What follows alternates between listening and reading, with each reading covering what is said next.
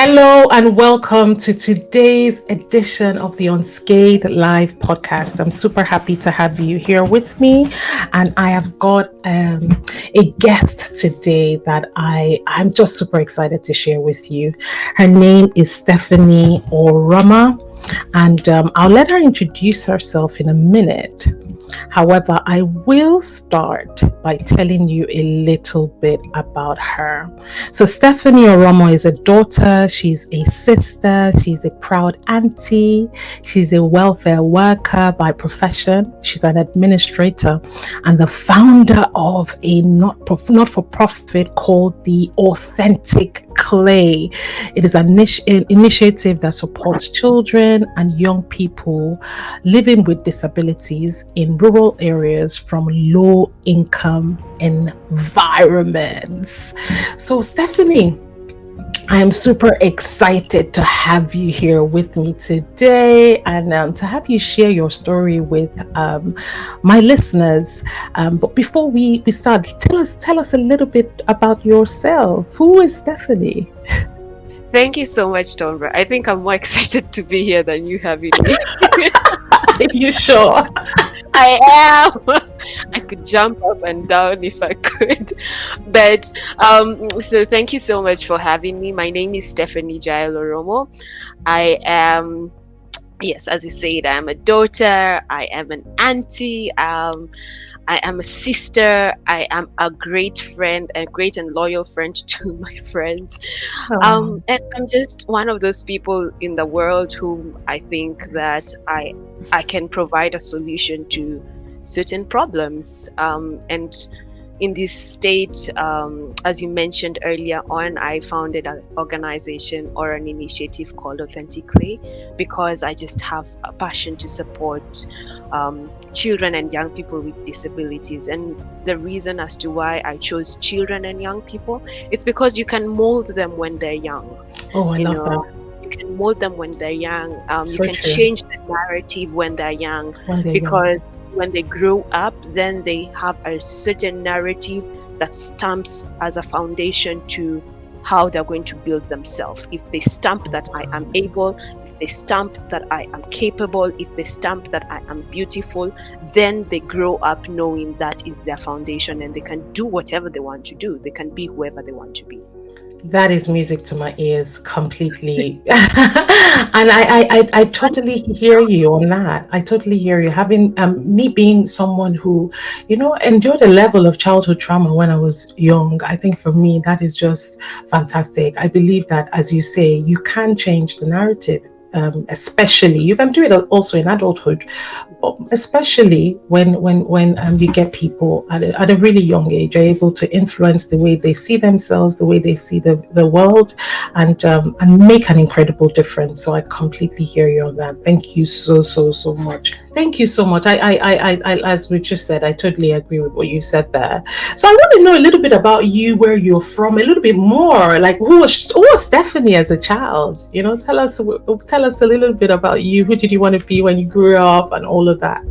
So as a child, I was one of those bubbly children. I didn't really care about anyone in terms of fear. I had a very strict dad and mom. I believe my mom was strict. It's just that when you compare it with my dad was more strict. But I believed, because my dad loved us so much. I was like, if my dad is this strict, I don't think anyone can be more strict than my dad. So everyone else is so I didn't really care much. I could be myself around my dad, then I could be myself around everyone. And I think Oh, I grew up in a very joyful environment sometimes. However, sometimes it was tough because my dad was a violent man, oh unfortunately. As dear. much as he was a great dad, he was a violent dad to my mom. And we had several times where, we could not sleep, Hmm. because of the unprecedented activities in the house and Dear. the fear. And I grew up looking up to my mom, because regardless of everything that she went through, she just always made sure that we are all looking good, we are all, Mm. we are all happy. She desired to just make us happy as her children. Mm. So her trying, okay, so because my mom had that kind of strength and the resilience in her life, she Mm-hmm. kind of impacted me in different ways. And Okay. I actually, as you asked, when I was growing up, when I was really young, I wanted to grow up to be like my mom. Oh, Like, she was my role wow. model, still is in very many respects. But yeah, she was my role model when I was a baby. And I think there's a time I told her, "Mom, when I grow up, I want to be like you." And it's not because she was a president, or she was she saved the world or anything, but it's just the resilience she had in life. She just Okay. got things done. She She got got things done. She things was able to done bounce back. in ways that you could not imagine. In ways Mm. that you could not imagine.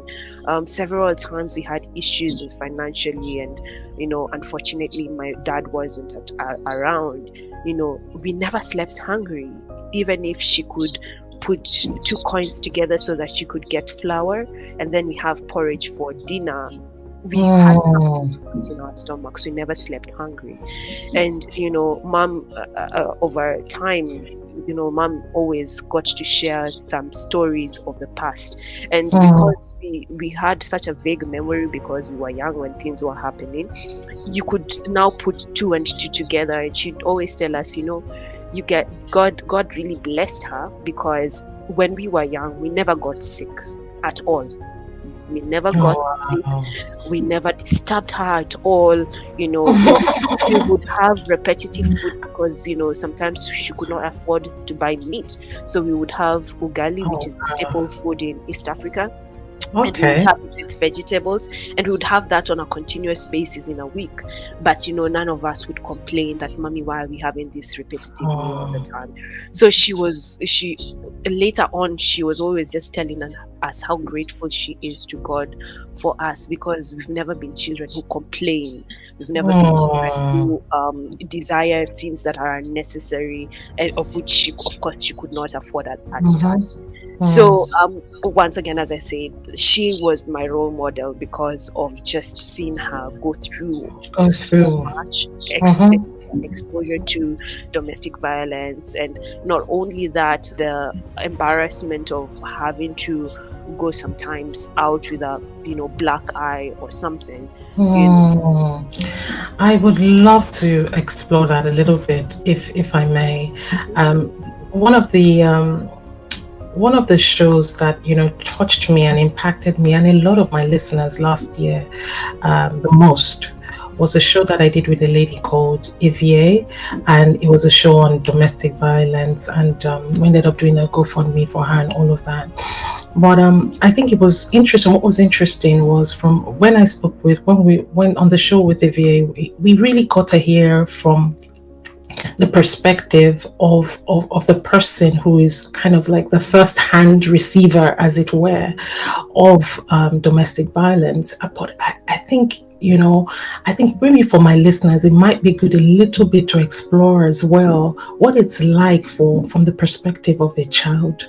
I mean, how do you think that? I know you've talked a little bit about how that there was a lot of fear, a bit of uncertainty around what would happen, unprecedented, it was the word you used, circumstances in the house. But how do you think that has shaped your view of the world, and what would you say to people who are perhaps still enduring domestic violence right now, who have children? What I would like for you to speak for those children. Okay, so I'll talk of my perspective, Mm, because unfortunately different homes are different. mm, So mm, I can't give a generic answer. mhm, However, just to help you understand, when you're in a home where the domestic violence is taking place, you're seeing one person you love injure another person you love.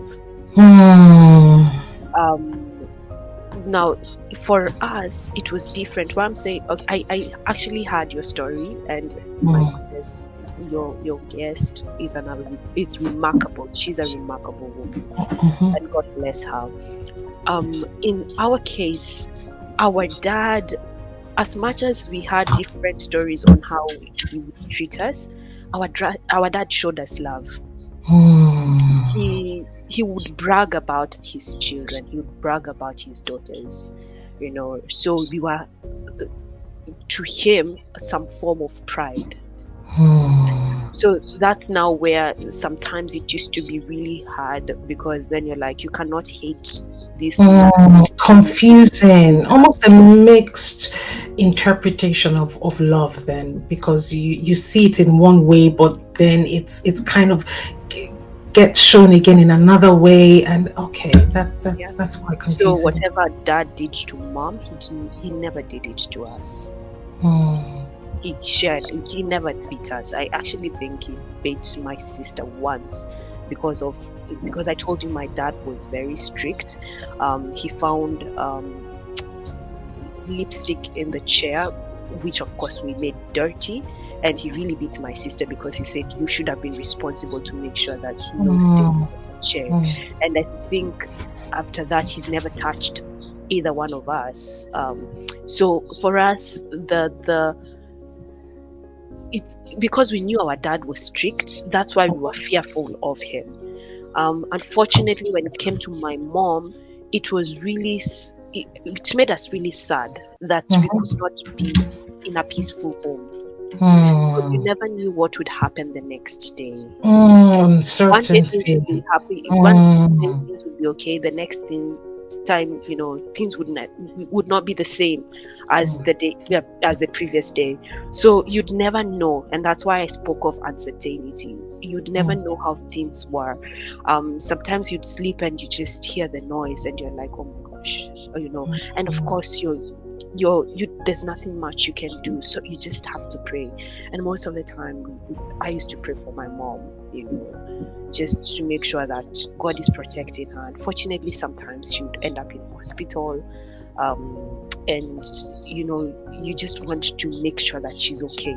You want, because apart from the fact that we love my dad, we equally I adored my mom.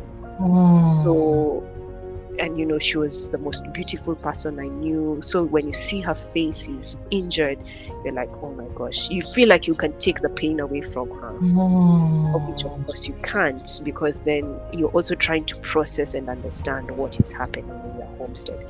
So I think for us, the most we did was exceedingly love our mom. But do you feel that it shaped your view in any way about yourself, or the way you see men, or anything like that? Oh yes, oh my gosh. So in relation to that, the unfortunate thing, Tombra, it's always said in psychology, because I did psychology, and one of the lessons we were always taught in psychology, actually psychology 101, how the brain and how the mind functions is, when you get into a relationship, most of the times you end up in a relationship with someone who is like your father. So true. Most statistics show that you end up with someone who is like your father. And for me, my fear was exactly that. Oh wow. Because I'm like, I do not want any violent man in my life. We can have challenges, we can have conflicts, but the worst scenario is to ever have someone physically inflict pain on you. That's one of the worst things. Exactly. And not just pain, however, just create an environment of uncertainty in the home. You want to come. Home is a place you come and you're happy. Home is a place. Sanctuary. Exactly. It's a safe net. You want to come from a busy day of work and just feel that I'm home because of the environment it creates. So my view on men, gentlemen, is my desire, and I think my faith in God has really helped me in that in regard to that. And I always pray that when the time is right, God will bring the right man in my life, someone who will not inflict any form of pain, and I'll not be skewed by the fact that I'm looking for a man who looks like my dad. However, I would say that when you're looking at men and you're attractive to men, I've noticed that the men I look at actually have the same figure as my dad. Oh wow! And it's it's amazingly true. There's so much power in that whole subconscious mind and how it attracts, and the sort of the energy that you have in you, and how you emit that, and what it magnetizes towards you. That is so interesting. That is so interesting. Also, as I said, like most of the time, because of your, and as I said earlier on, as much as my dad was violent to my mom, he was equally good to us. Like for me, like for us, like he and my dad used to cook for us. You know, African men don't cook, unfortunately, they don't cook for their children. My dad used to cook a feast. He would make sure that we eat well. And of course, unfortunately, my mom and dad ended up separating. So we would well, and we were in boarding school. My sister and I ended up going to boarding school as we grew up. So we would spend 2 weeks with mom, 2 weeks with dad, 2 weeks with mom, 2 weeks with dad. And when we go to dad's place, girl, we could eat because he could cook so well. Like, and the good thing is also he taught us how to cook. So even I always attribute my good cooking to him. So apart from the fact that he was a violent man, sometimes even with the subconscious mind, I'm like, I really don't mind a man who can cook like my dad. Interesting. And so this is the part that really gets me. Just that part where your sense of and not by any fault of yours, your sense of what is acceptable or what love actually is just gets a little bit warped, because you think, okay, because he's good in this side, then maybe it's a flaw that I can accept, and people start to lower the threshold for what is acceptable, and it just then goes on from there. This is interesting. And as you said, and I'm just speaking for maybe some other people or anyone who's listening to this is another thing that as children, as you said, you idolize your mom. After a while, some people might start to see that, well, if she was able to endure it and we still had pockets of happiness in our home, then if I had a man, even though he was domestically violent towards me, my mom survived, so I would still be able to survive. So that's how people then start to make their own decisions based on what they have seen in the lives of their parents. So it's definitely is one to be mindful of. If you haven't listened to that episode with Evie, I would suggest that if you're listening to this, I'll suggest that you listen to that as well. So I have not even said where you're from. Can you tell us? I know, but I think just I just noticed that you talked about East Africa, but where are you actually based? So I'm of Kenyan nationality. Nice. Awesome. Yay! To all the Kenyans listening. Awesome. So one of the things I also want to talk to you about, because we've just kind of gone on just touched on domestic violence a little bit, is I know of your story. You've kind of talked to me about a little bit about your story with endometriosis, which I'm going to call Endo for short. Yes, I would love for my listeners to hear about it. What is your story? What was your experience? And what is it as well, just so that people can just kind of get that educational piece around it as well and be enlightened a little bit. So, endometriosis, I'll start with the definition of endometriosis. Endometriosis is a disorder that affects women in their reproductive age. So it occurs when the lining, similar to that found in the uterus, which is called the endometrium gets deposited in other areas of the body from the inner uterine wall. So the lining can be deposited in the fallopian tube, in the ovary, in the urethra, in the rectum, but most commonly deposited in it depends. Like, so it depends on individuals. It's never the same. And unfortunately, it's not, the cause is not known. Oh, wow. Unfortunately, it's not known, and some people say it's generic. Some people say there's so many theories out there, but many of us actually don't know how it's known, how it came to be. How it came to be. And I know you say the Endo Warriors, and that's I like that name because you guys are warriors. Do you know any other people who have it personally, or how rare is it? So it's really interesting because I actually found out about endometriosis before the doctor gave me a diagnosis that I had it. And I found out because there is this popular show in Kenya that always aired on Fridays called The Trend, that was hosted by a lovely gentleman called Larry Mado. And that was, The Trend was a show that helped people understand the trending things that were taking place in the country. So if you like, some of us who are out of the country, we want to know what's happening, like the gist of what is happening in the country. That's the show we would watch. And one of the co-hosts, or one of the guest hosts who were in the show, was an amazing lady called Jambi Koikai, and she got sick and got endometriosis.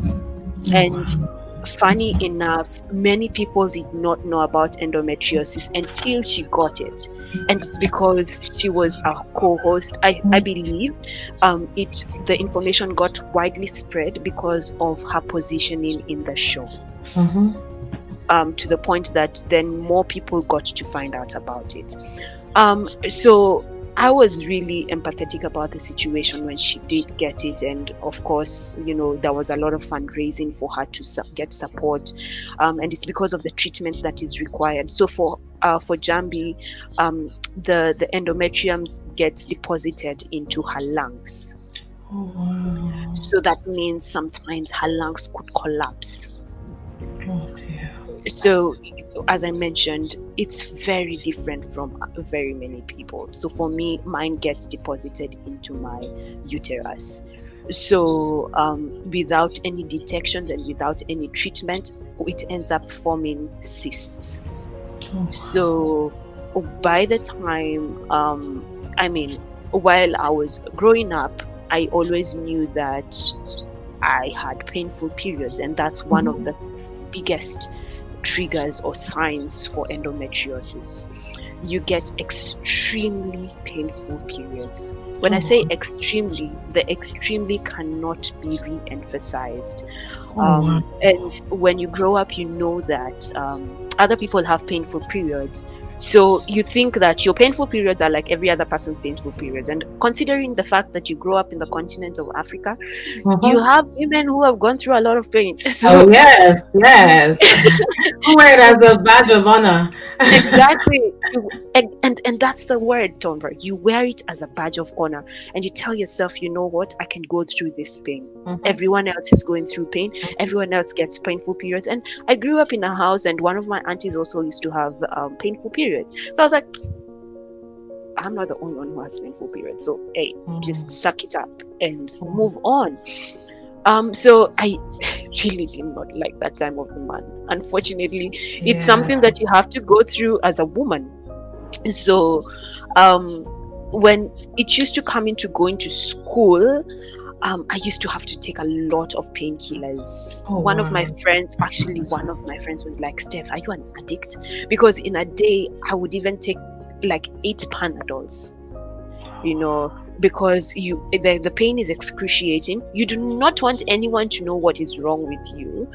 And because you're like, everyone is having painful periods. What's your own? Like, why do you think so it's no big deal? Why exactly? Yeah. So you can't start flaunting to people, oh, I'm having painful periods. Why isn't everyone else complaining? So those are the things that make you then keep quiet. And because of the experience my mom went through, I was like, I built so much resilience in terms of pain, because I was like, my mom has gone through so much. Um, so why wouldn't you be the same?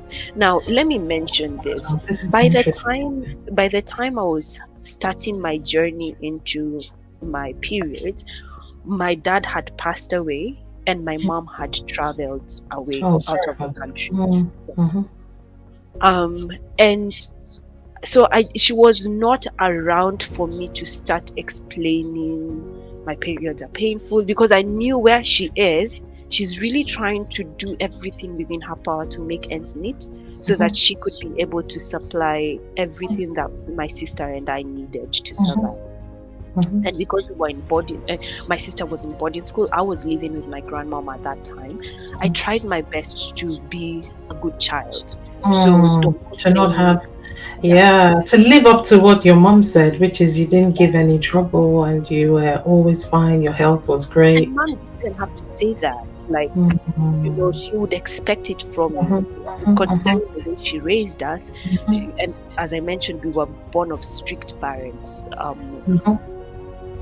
That was expected of us. We would be good children. You do what you're told to do, and with all due respect to our parents, they raised us up very well. So I didn't complain much, and unfortunately, I think I should have said something, but I didn't. I just thought that everyone else everyone else goes through this struggle. Why should I talk? Why should I say anything? So that was in my grade 7 and grade 8. And then when I went into high school, it started getting worse, to the point that, because I was in boarding school in high school, I was away from home. So unfortunately, you cannot call in to school and say you're sick. No, you can't. So I would always have to go for class, but several times, I think 2 or 3 times, I could not attend class because I was in excruciating pain. And you can't start, of course, in the process of being in class, you curl yourself. And you're trying your best to ensure that no one else notices that you're going through That you're certain. going through certain things. Yeah. Exactly. So you're like, when the teacher looks at you, you smile and you put up your hand. You even participate in class, don't worry. Yeah, that must have been so hard to be in pain like that. You can't, you pretty much didn't have anybody to support you through that in terms of, and you had to endure that and still Exactly. smile. hmm And funny enough, even as I mentioned to you, I was taking painkillers. My no one in the house knew I was taking painkillers, because my grandmom used to have painkillers in a certain place, but I never used to ask her for the painkillers, because once again, as I told you, I don't want to make anyone feel, I didn't want her to know that I'm sick. Oh So I would dear. actually, for lack of a better word, I used to still have Oh. painkillers. I would still have painkillers, and I would put them in a container so that if I need them at school, I would use them. So at school, sometimes I would do that, and I would do that in a way that not even a teacher would notice I was in the dormitory. So if I had classes in the afternoon, I would just excuse myself and I would go and sleep in the dormitory. I would just tell the teacher I'm unwell. I would never say what the problem is. I would just say I'm not feeling too well. I have excruciating pain in my stomach, but I would never say it is because of this time of the month. I never ever revealed that to anyone. So this secret of mine stayed with me until I got into university.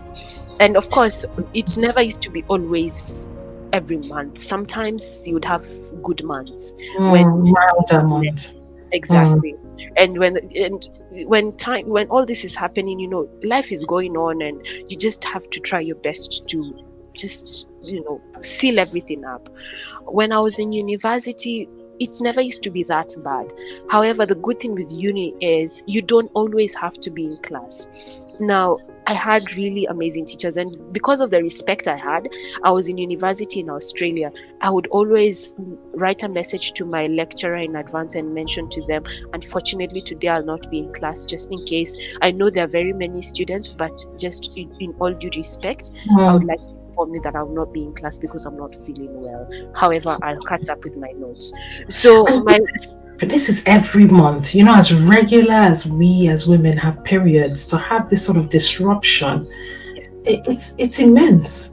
Yes, it's immense. And as I mentioned, not every month was Yes, excruciating. yes, yeah, You'd have but some good still, months, but still, it would be you would you it would it not would be it like would be more of a moment. I mean, for you, your mild month would probably be our really really hard month, as it were. exactly, exactly. And I came to realize that later on when the doctor was explaining to me. But when I finished uni, I ended up, of course, hopefully, thank God, I got a job. And but because of the good relationship I have, now this is now where God, in with his immense wisdom, Mm. grace, always covers us, and he also rewards us in small little things. Tombra, apart from everything, I got selected to be the valedictorian in my Oh, year. wow. So I got Look at selected. that. That's what I said. The intentional manifestation of your highest self, regardless of circumstance. That's what Mhm. I call being unscathed. And you've just literally epitomized that. Amazing. Thank Amazing. Well done. and I asked my lecturer, I used to perform well in my class, but I was not the best. And most of the time, Mm. valedictorians are the best students. And I asked my lecturers who selected me, and I was nominated and selected. And I asked them, but why did you nominate me? Like, why me? Out of all the people, because social science and our faculty was massive, including the nursing students and the medical students. We were Mm. many, I won't lie to you, Tomba, we were Mm. many. And I asked my teachers, the Sure. Why lecturers, you? and they told us, you showed us so much respect during your time that you could not go unnoticed. Oh wow, I love that. Oh, that's a pointer for somebody here who's listening, someone who's listening to this. You show them so much respect And honor. and honor. Mhm, And that was in the emails you would send to say, I won't be in class today, rather than just take it for granted that it's a huge class and they will not miss you. mhm. Oh wow, that's One wonderful. thing I must mention though, Tomra, because my parents were so loving, like in different respects. My mom always taught us to respect people and love people and honor people. That's one thing she really instilled in us when we were young. So growing up, I would always love my teachers, to the point that my mom always said we always had issues with me going to the next class because I loved my teacher too much. I didn't want to go to another class and leave my teacher. So that carried on in my high school, that carried on into my university. As much as, I mean, lecturers are lecturers, but I still respected Honored and them and still respected honored them. them. Exactly. I would not only send them emails. If there is any assignment that needed to be done during the class, I would submit it. I would always ask questions. I would be intentional with my studies. Let me say that. I I used to be love very that. intentional with I my love that. studies. I love And that. it's So because when I started off in uni, one of my teachers was extremely amazing. Amazing in the sense that, Tombra, I must mention this part. When I started off with psychology, I was not going to study psychology. I was going to study nursing. Unfortunately, because of the English tests that we have to do and stuff like that, um, I had to change my course. mm. On changing my course to do psychology, I had an elective called disability studies. And that class, I was just boiling. My tears were just coming down. And that was historical perspectives of people with disabilities. And during that class, when we were having our break time, I was speaking to my teacher, and I was like, but why are people so cruel? Why did people treat people? Because I could not understand. As much as we're from Africa, we live in communities. You want salt, you go to the neighbor and ask for salt. So that's the environment I grew up in. And considering I grew up with my grandmom, it was more pronounced. We lived as a community. So my lecturer really, really helped me understand how things were then. And then she dropped something and told me, you know what, Stephany? It's still happening today, but it's happening in a different way. This is an opportunity for you to go back home and do something. Oh, wow. Tombra, that was a seed just planted. And that's just what gave birth to authentic clay. Exactly. Amazing. I love it. And it happened because of a relationship I had with my lecturer. With your lecturer. Exactly. I love it. So I want to ask a couple of questions now. First of all, how were you diagnosed? And then the second question I want to ask is, just picking up on what you've said there in terms of just that seed being dropped in you, is how do you, I mean, it's with the fact, with everything that you were going through, how would you have even taken that as a seed? Like, the normal person, or shall I say in quote, the ordinary man would be like, look, I have too much on my plate. Like, I just have too much going on. Please, let that be somebody else's problem. How did you take that to be your problem to solve, considering that you had, I mean, it's beautiful to hear, and I want to just share that with my listeners. So answer whichever one you want to answer first. I know I've asked you two questions going in two different directions. So let me start off by saying, there are certain things you have to get yourself in line with in terms of what you want to achieve in life.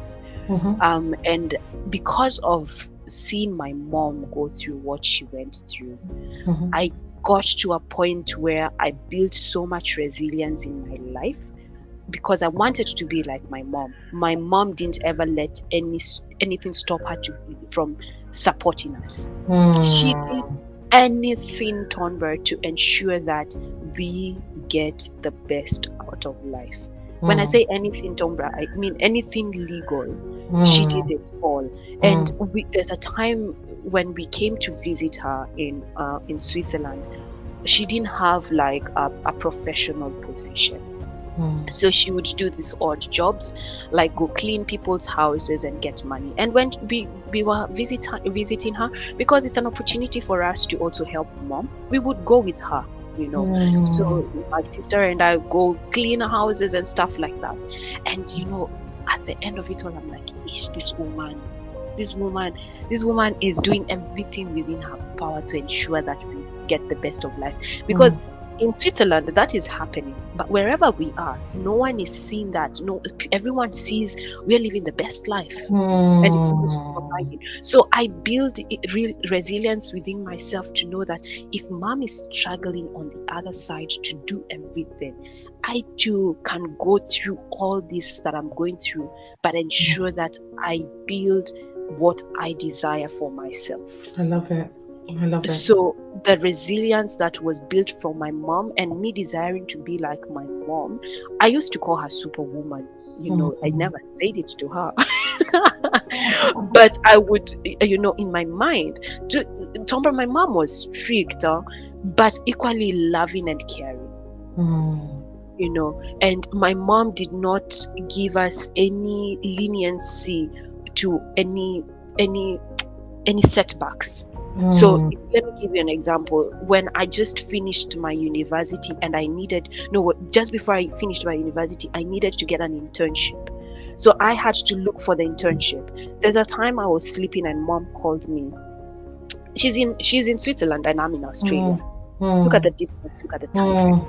She calls me and asks me, Stephany, did you get an internship? And I'm like, no, mommy. And she's like, why are you sleeping? Oh, wow. Why are you sleeping? You know, I said, I'm sorry, mommy. That was around 3. I woke myself Oh up my God, I love in the that. bed. She's like, look, what are you sleeping for? Get up now. Exactly.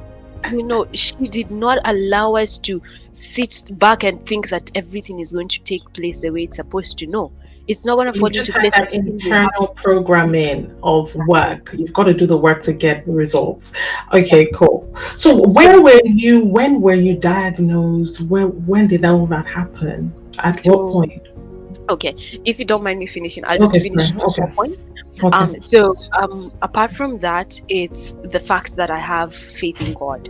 Um, Oh. Even if I was going through pain and through everything I was going through, I think what really helped me was my reliance on the grace of God upon my life. And I was like, if I'm going through this, I mean, God will see me through. He's the one who created me. And then the other thing was having supportive friends. And professional friends, so professional colleagues who would be able to understand. So because of that environment, for me, I could easily, stay at home and heal myself and then get back, get Oh. better and get back to the office. Now, when was I diagnosed? So when I was in Australia, just after my studies, a year after my studies, I had the worst pain in my life. Oh The dear. very first time, it was unbearable. Every time you bear it, Oh. my sister and my housemate knew. I ended up opening up to my sister. My sister knew that Stephany always has painful periods. My housemate knew Stephany always has painful periods. But there's this one time, it was unbearable to the point that I was crying, like I was wailing. Oh. And Oh. at that time, of course, Yeah. they don't know what to do. And I'm like, don't take me to hospital. It's just my period. It could be over. But I was in too much pain to the point that I fainted twice. Oh And I had wow. to wake up. And when I was about to lose consciousness, my housemate would just fan me so that I could wake up. My sister would fan me to wake up. And, at that time, my sister was in a different room, of course. So I crawled myself to sleep with her so that I don't end up being alone in my room. Oh. The next day, I went to hospital, and the only solution the doctor told me was, I'll give you a pill so that you don't have your periods. And I'm like, Oh. but No. No. that's Oh. not a solution. Uh-huh. And the other thing is, what is wrong? Mm. I don't know. So we have to run tests. So we ran tests. We did blood tests. We did all the tests you could think of. Nothing was wrong. So I ended up taking the pills, and then I missed one time, and I'm like, I'm not doing this. So I Mm. stopped. Fast forward 2018. That was in 2014. No, 2013 when that happened. Fast forward to 2018, 5 years later. Um, this was around August. I had gone home. During this time, I had started my career, my profession in Geneva. I was working at the Global Fund, and I had decided that because of everything that was happening in my life, Authentic Clay was there, but it wasn't there. I had started planning in my mind, but because of how my health was going, sometimes you'd not think about it. You will not think about it. So this is Authentic Clay, your not for profit. Okay. I'm just saying that like so people who will understand. Okay, cool. Yes. So I had it in the back of my mind, and we would go for business meetings with some of my friends, and I would talk about it and say what I want to do, but I would not fully put anything into practice. So fast forward into the years, I was like, okay, God has given me this. Over the years, it has not been deterred. It's still been in my heart. It's It's so still fresh been in my heart. exactly. I need to do something about it. So I go home, and the second day I land home, I'm going home so that I can try and meet partners. I can go to the field, see how the children are doing, speak to the parents. Everything was planned up, Tombra, because of course you're traveling home. So before I traveled, everything was planned up. I got my period the second day I landed home. Oh my goodness. I was in so much pain to the point that I asked my partner to meet me at home. Oh dear. Because hey, things have to go on, right? And we've been doing this for a long time. So even if you're in so much pain, go do it from the house. The other thing I would like to say is, apart from the painful periods, you have excessive amount of flow. Oh It's dear. not a normal flow, it's excessive amount of flow. So you cannot wear white on those days. You do not even dare to wear white, you do not dare to wear cream, because you're constantly conscious that you do not want to soil yourself or just to spot. So what happens is I call my partner. She's gracious enough, she comes home, we have a house help, so she makes tea. And I made it sound very casual. You just make things sound casual. Hey, don't worry, come home. Instead of even purchasing it and paying a lot of money in the restaurant, come home, let's cook for you at home. You have tea, you have meal, you have a buffet if you want. So I made it casual, and she was very good. She came home, and my grandparents were there. So I actually sought permission from them so that I can have the guest over at the house. So after that, at least 2 days, I cancelled all the meetings in between, and within 2 days I got better. And then of course every other activity took place, and that's when I was now trying to set things up for authentic. Coming back from Kenya, that was in August, right? I got sick slightly because of course temperature change.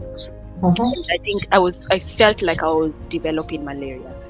So I got better. Moving into September. So now my flow in September, it was excessive than before, and I was making my hair on the second day. So the hairdresser came to the house, made my hair. I made sure the house is cleaned. So most of the time whenever I'm having my flow or during this time of my periods, I'm always extremely busy, because then you want to make yourself be in a position where you're not thinking about it constantly. Yeah. Exactly. So I normally just get myself busy, physically active, not just sitting down and doing nothing or reading, just physically doing stuff. So I made the house, I made sure I went for shopping. My parents came back home. So moving forward, my mom remarried, thank God. So my parents came back home, and we had a great evening. Of course, my periods are taking place, and as usual, I'm in pain. By the way, no painkiller would support me. Oh, now you got to the point where the painkillers now stop working. From a long time. Painkillers never worked. You could take them, and that's why you take them a lot, because then you think if you take more, they would work. So I started taking painkillers. So even the normal Ponstan that would work, that did not work. So on this particular night, I went to bed as usual. I say good night to my parents, and I was watching telly in my room. As usual, turned off the telly and slept. At around 3 o'clock, I don't know what was wrong, but my alarm rang for some reason. I just turned to turn it off. Tombra, the minute I turned to just turn it off, I got an excruciating sharp pain that made me scream, and I did not know what was wrong. So I tried calling my parents. Of course they couldn't hear because my room was very far away from where they are. So what I did was I decided, let me walk to their room. Trying to walk was in vain, because the minute I put my feet on the floor, my feet could not support my body. I literally landed on the floor. So I literally dragged myself with my elbows. until the room, and just of course when I'm doing that, I'm wailing, I'm in pain, I'm crying, and my dad runs to the door and is like, "What's wrong?" And I'm like, "I don't know," but I could not even speak. I just pointed. I was crying and I was just pointing. So my mom, because my mom knew that I always have painful periods, she ran to my best friend, my hot water bottle. She ran. My dad went to get the car to the front. My mom ran to make the hot water bottle, and of course it was going to hospital. So we had to run to the emergency. I don't know how many lights my dad had to cross. I don't know if he passed red lights, but in no time we were at the emergency. Dad got a wheelchair. They didn't even lock the door. Got a wheelchair, wheeled me in. By the time I was in the hospital, I did not even have tears. I was just wailing because I was in so much pain. So my mom gave, because she had carried my pass, my mom gave the hospital my insurance card, and immediately I was taken into to be admitted. The only thing that would help me at that time was morphine. So I had a morphine injection. And most Endo Warriors, actually, that's the only thing, when you're in so much pain, that's the only thing that would calm you down. So they gave me a morphine injection, and over time I got better. At least I was even able to sleep. However, the pain did not end. It was there, but it just became better. So after that, that's when now the doctors were like, okay, unfortunately, this is the general ward. We cannot treat you, so we have to take you to the gynecological ward. An ambulance came, carried me, took me to the other ward. That's now when the checkup started. And from that, the gynecologist who was checking me doing my ultrasound was like, something is not right. I don't know what, but something is not right. So my mom and I were looking at each other, like, oh my gosh, what could be this bad? By the way, Tombra, this is the very first time in my life in hospital. I had never been in hospital in my life. Oh wow! So it was You had endured all of this. You had endured all of that without even. Without. How old were you at this point? 2018. I need to calculate back my age. I was around 3 years ago. Yeah. 29. So I was 29 years old. So during this time, Tomber, my mom and I are looking at each other. So the gynecologist says, "I'm so sorry, let me call my colleague." So she goes and calls the colleague. The colleague ends up being the chief of the gynecological ward, like the highest of the highest, the lady who has the most skills in this area, comes and checks me up, and I'm like, "Hey, is it that serious?" So she checks me up and she's like, "Madam," because then they have a French accent. At the same time, you also want to try your best to understand, because you're in a French-speaking country. That's language was also another barrier. You're in a French-speaking country and you want to understand everything that is happening to you. So I thought you went to Kenya. Was this back? So I had come back. Okay, so you were doing this with your mom in Geneva. Yes. Okay. Yes. So this is when I had come back to Geneva. Okay. So when the chief is checking me up and stuff, she finds out that they know where my ovaries are, but they cannot see the ovaries through the ultrasound. They noticed that there was an interruption in the uterus, and they say that was a cyst that had erupted, and that's why I was in excruciating pain. So they were suspecting that there's another cyst, and that's why they could not see the uterus, but they could not one of the ovaries, but they weren't sure why they could not see the other ovary. Okay. So when the chief just finished that took place within, everything was taking place so fast, Tombra. So when the lady just finished doing that within 2 minutes, she was like, "Is it okay if I can check you again? I'm really sorry, but can I do this again?" She just wanted to make sure that whatever is in her mind and whatever is telling her is actually what is happening. So she checked again, and then that's when she gave us she was telling us, "Sorry, but we need you to go into surgery like in the next minute. And I Oh, was like, wow. what? Surgery? Wow. So my mom just started crying. And my mom was like, how? Yeah. When? Since when? Surgery. So unfortunately or fortunately, directly into surgery. I got to sign the paperwork within 2 minutes.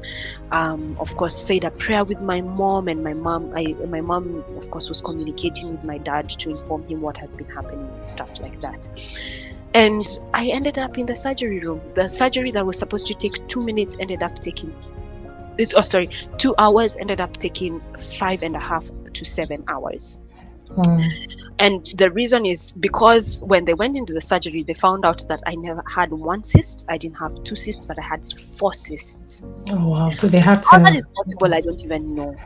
Oh, dear. Because when you have a cyst, just a regular cyst, it's extremely painful. But I had 4, and I'm like, The thing is just, how are you able to still, manage your charity or birth a charity in all of this? I presume you were working as well at the same time. In all of this, with this constant, cycle of pain, how were you just able to just push through? I know you've answered that already, but I think there is just an amazement in my mind that I cannot get over. Like, how? So people don't even have half as much as that, and they feel overwhelmed. So, Tombra, even I don't know.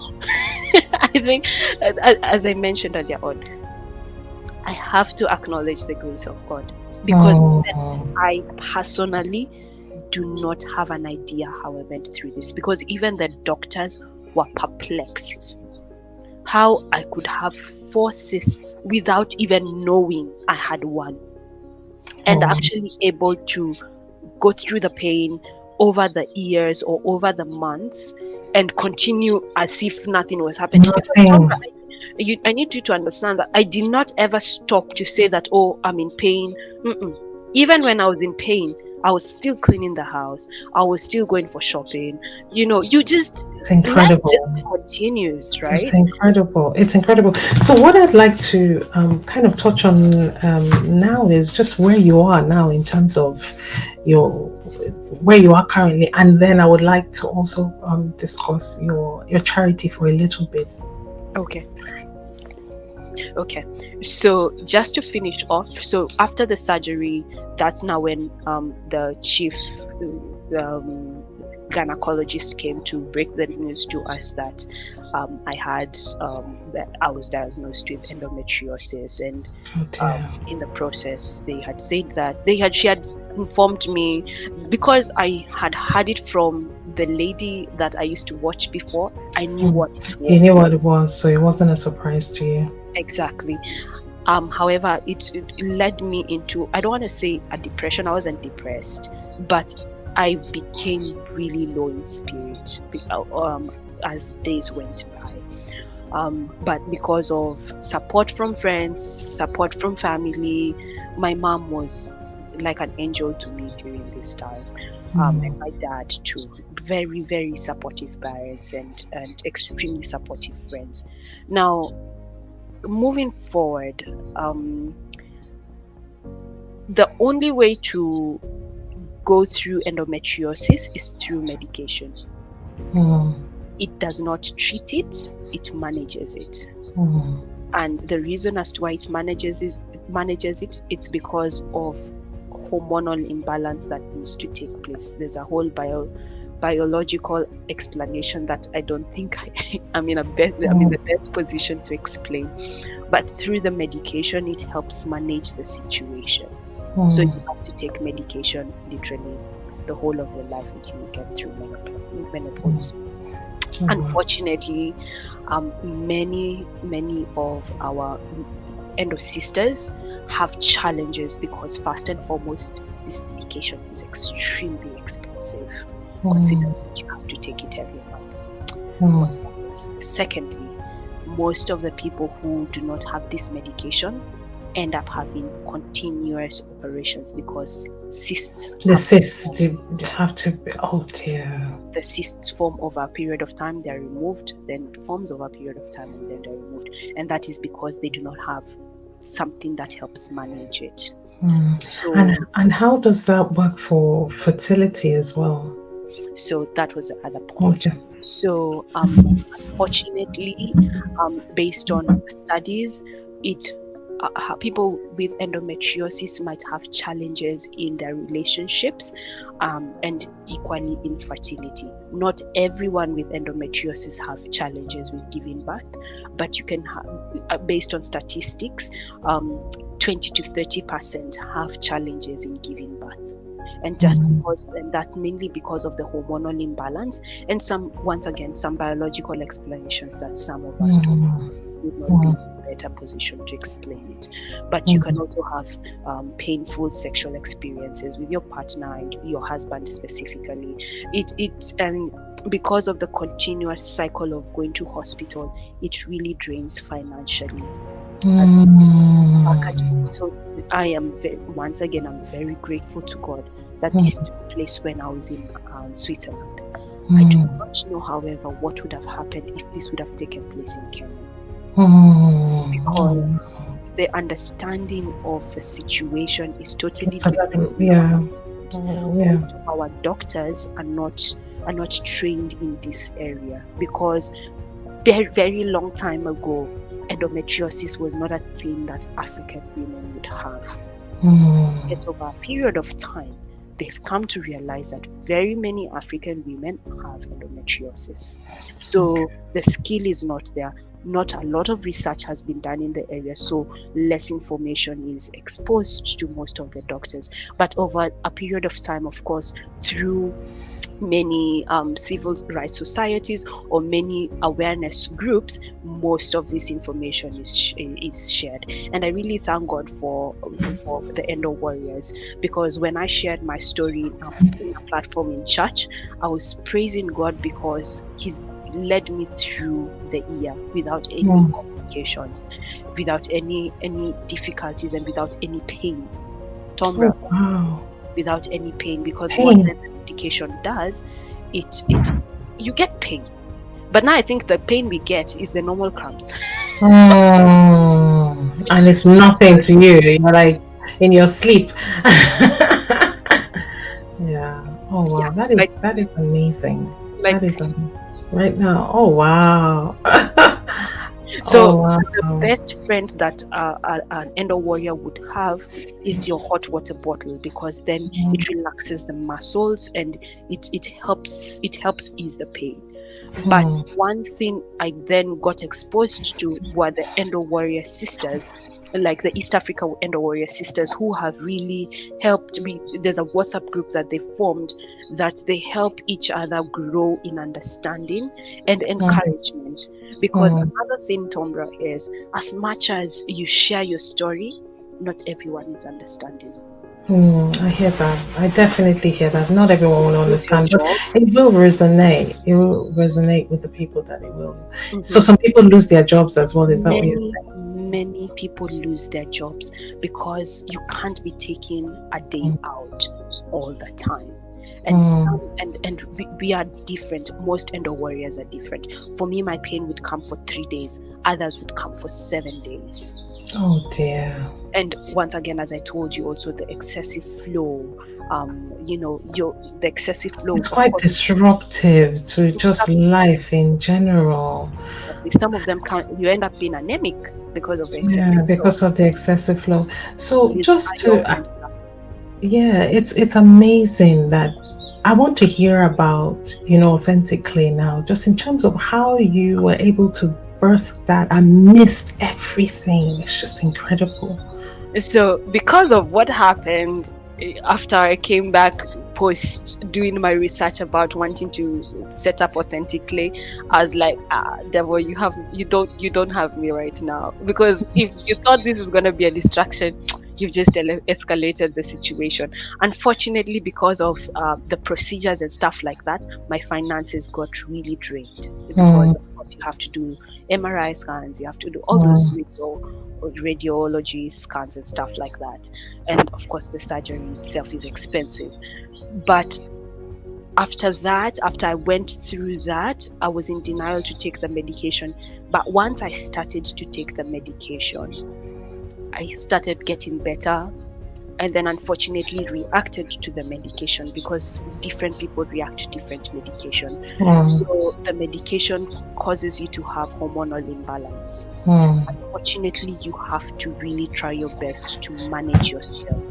And mhm, because of managing myself, I got to a position where I could get myself on my feet, for mhm. lack of a better word. I got myself back on my feet, and I was like, it's time to kick it. And now I started engaging with the people I conversed with, and we just started kicking off the programs. Because at I the end love of it. the day, in my mind, I normally call the children I support my children.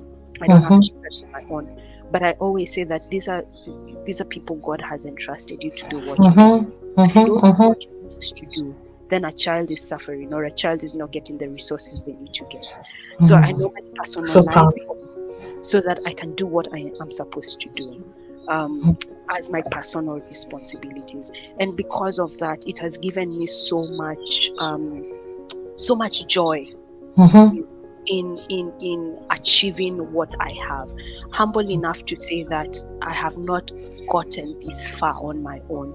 I've mhm, had so many people encourage me, especially my friends, my family, pray with me. My pastors have been my greatest supporter, encouraging me, apart from encouraging me, giving me tips on how to manage my finances. Because at the moment, I'm financing it on my own. And mhm. um, if you understand how the chain in Switzerland works, if you're an administrator, then you're one of the people at the lowest part of the food chain in terms of the salaries. Mm. But still, I was I feel Finding a way to a exactly. responsibility to. I need to achieve what I need to achieve. And through, as I told you, the support I've been getting, the financial assistance I've been getting, I know how to do my balances, my checks and balances to ensure Mm. the amount that needs to go out goes out. And Yeah. hence now my plea to ask for more people to support, because through that we can reach out to more children. We can So reach out to more service providers who need the support that they need, so that the children and the young people in our society can get whatever support they need. When I say society, I mean African society, because mm. that's where I believe personally the support needs to be shared, especially in the rural areas. So can I ask you, how many children do you have currently within your within Authentic Clay? What are the sort of disabilities that they have, and what are you looking to do with the organization as a whole? Okay, so thank you for that, Tombra. In Kenya, am supporting an orphanage that is registered as Precious Virginia Home. Precious Virginia Home has 23 residential children and Oh, wow. 25 children within the community. Mm-hmm, 23 residential means those are the ones that are housed within the home, mm-hmm, and 23 in the community are those are the ones who are living with their parents. So we try our best to support both.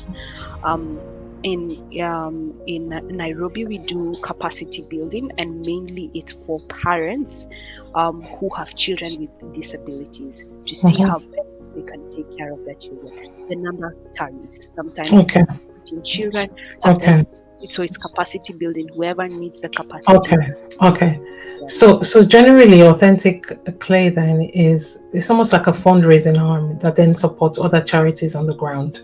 Yes, Love yes. it, And love it. In Rwanda, we support with education.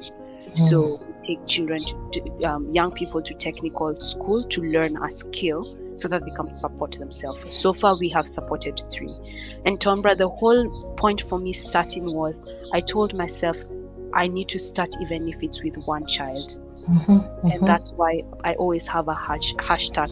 It starts with one. It starts with one. Starts with one, because if I didn't start with one, I wouldn't have that sense of responsibility to start at all. But even if you start with one child, if you change this one child, there is a domino effect that this child can help someone else, and it goes on and on and on. So Absolutely love it. I at the moment, we are definitely doing fundraising. Of course, it'll be an open fundraising throughout the year, and regardless of the challenges, once again, as we go through, things need to happen. I always believe that God has put us in a position where, like Paul said, he has a thorn in his flesh, but the grace of God has been sufficient. And that's what I always tell myself. This is my thorn in my flesh. And you just laugh over it, and you because you cannot allow anything to steal your joy. You cannot allow anything to steal your joy. And that's because of the grace of God upon my life. I'm more than capable to do what God has desired for me. So through that, I grow, and I just thrive to do whatever I desire to do. I love it. Thank you so much. You are not only an Endo Warrior, you are also an unscathed warrior, because you're manifesting your higher self regardless of the circumstances. And I just want to appreciate you on behalf of the world in general and the impact that you're making. I want to say thank you so much. We need more people like you on earth to just continue to just impact and create positivity and just let the world be a better place. You're a source of light. God bless you. Thank you, Tombra. And just in closing, I would like to give a shout out to my Endo Warrior sisters, who we have been able to support each other through this. We share ideas of things that would help each other work, and we just support each other, because not everyone understands the struggle that we go through. And because we understand each other, that helps us be who we are. So apart from me, Tombra, there's so many other warriors doing amazing stuff, and I just want to give them a shout out. I love it. Shout out to you guys and the warriors. We love you. You're unscathed warriors too. All right then, thank you very, very much. And thank you for coming to the show. We appreciate you and we wish you all the best. All the best. And life has to offer. Thank you.